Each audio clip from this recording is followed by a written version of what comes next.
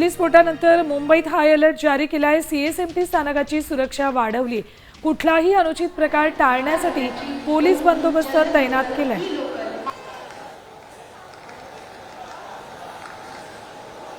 CSMT स्थानकावर high alert जारी करण्यात आलेला आहे।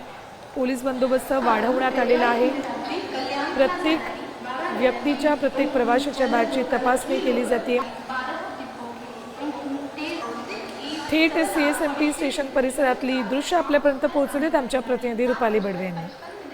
दिल्लीतील लाल किल्ला इथे झालेल्या स्फोटानंतर राज्यातील आपण बघतो काही महत्त्वाच्या शहरांना सुद्धा अलर्ट देण्यात आलेला आहे। देशातील काही महत्त्वाच्या शहरांना सध्या अलर्ट देण्यात आलेला आहे। सध्या मी मुंबईमध्ये आहे आणि मुंबईच्या सीएसएमटी स्थानकावरती आपण आहोत आणि या ठिकाणी खरं तर मोठ्या प्रमाणामध्ये गर्दी असते।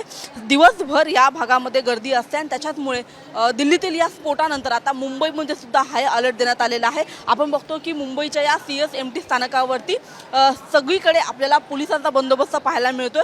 काल संध्याकाळी दिल्लीमध्ये जो स्फोट झाला तेव्हापासूनच मुंबईमध्ये सुद्धा अलर्टवर राहण्यासाठी सूचना ज्या सगळ्या यंत्रणांना देण्यात आलेल्या आहेत। सीएसएमटी हे असं स्थानक आहे ज्या ठिकाणी मोठ्या प्रमाणामध्ये गर्दी असते। रोज लोकलने प्रवास करणारे प्रवासी असतात, सोबतच गावी जाणारे आणि परदेशातून मुंबईत येणारे सुद्धा प्रवासी या भागामध्ये असतात।